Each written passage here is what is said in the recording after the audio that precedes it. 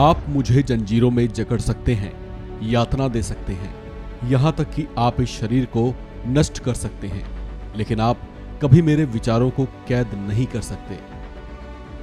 ये शब्द, ये आत्मविश्वास, ये निर्भीकता, ये स्वतंत्रता की ललक किसी और में नहीं, सत्य और अहिंसा के रास्ते पर चलने वाली एक ऐसी महान शख्सियत में थी जिन्होंने बिना खड़क और बिना ढाल हमें आजादी दिलवाई। साबरमती के जिस संत ने ये कमाल करके दिखाया था वो थे महात्मा गांधी। महात्मा गांधी युग पुरुष थे जिनसे सिर्फ भारत देश ही नहीं बल्कि ये विश्व भी प्रेरणा लेता है। महात्मा गांधी का जन्म 2 अक्टूबर 1869 ईस्वी को गुजरात के पोरबंदर नामक स्थान पर हुआ था। उनके माता पिता एक कट्टर हिंदू परिवार से ताल्लुक रखते थे। मोहनदास अपने पिता की चौथी पत्नी की अंतिम संतान थे।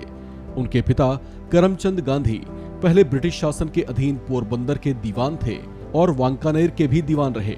मोहनदास की मां अत्यंत सरल स्वभाव की थी, जिनके चरित्र की छाप मोहनदास के व्यक्तित्व पर देखी जा सकती है। वहीं मई 1883 में जब उनकी उम्र महज 13 साल थी, उनका विवाह 14 साल की कस्तूरबा से कर दिया गया। गांधी जी ने वकालत इंग्लैंड से की। गांधी जी के परिवार में 4 बेटे और 13 पोते पोतियां हैं। गांधी जी के परिवार की बात करें तो उनके पोते पोतियां और उनके 154 वंशज आज 6 देशों में रह रहे हैं।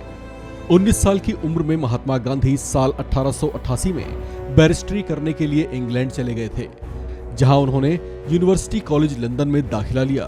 पढ़ाई पूरी कर वे वापस भारत लौट आए, जहां उन्होंने कुछ समय तक बॉम्बे और राजकोट में वकालत की, लेकिन यहां मन नहीं लगा तो वे 1893 में अफ्रीका चले गए।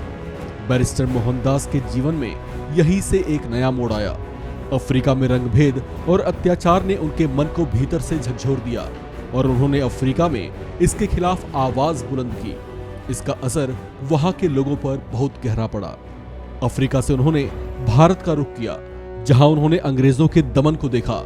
युवा बैरिस्टर मोहनदास जो हाल ही में अफ्रीका से लौटे थे, उन्होंने भारत में भी विरोध का बिगुल फूंक दिया। उनके मोहनदास से महात्मा बनने की शुरुआत बिहार के चंपारण से हुई।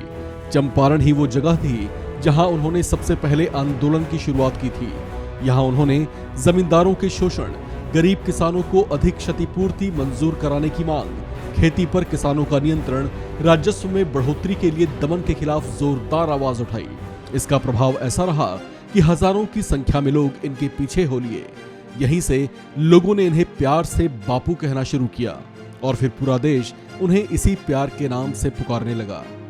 अब बिहार से उन्हें अगर बापू की पहचान मिली तो बंगाल से उन्हें महात्मा का टाइटल भी मिला। जी हाँ, 12 अप्रैल साल 1919 में महान विद्वान रविंद्रनाथ टैगोर ने गांधी जी को एक खत लिखा, जिसमें उन्होंने बापू को महात्मा कहकर संबोधित किया। हालांकि इसमें एक विरोधाभास भी है।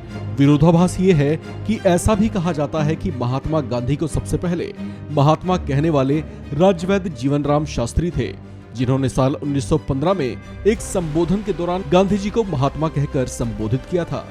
इसके बाद महात्मा गांधी को मिला वो टाइटल जो स्वतंत्रता के बाद उनकी राष्ट्रीय पहचान बन गया। 4 जून 1944 को महात्मा गांधी को राष्ट्रपिता महात्मा गांधी की पहचान मिली।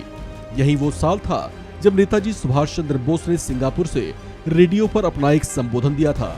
इसी दौरान महात्मा गांधी का जिक्र करते हुए उन्होंने उनके लिए राष्ट्रपिता शब्द का इस्तेमाल किया। साल 1948 में महात्मा गांधी के निधन के बाद रेडियो पर दुखद संदेश सुनाते हुए तत्कालीन प्रधानमंत्री जवाहरलाल नेहरू ने भी कहा कि राष्ट्रपिता अब नहीं रहे।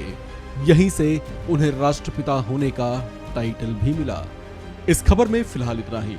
बाकी अपडेट्स के लिए बने रहिए वन इंडिया हिंदी के साथ।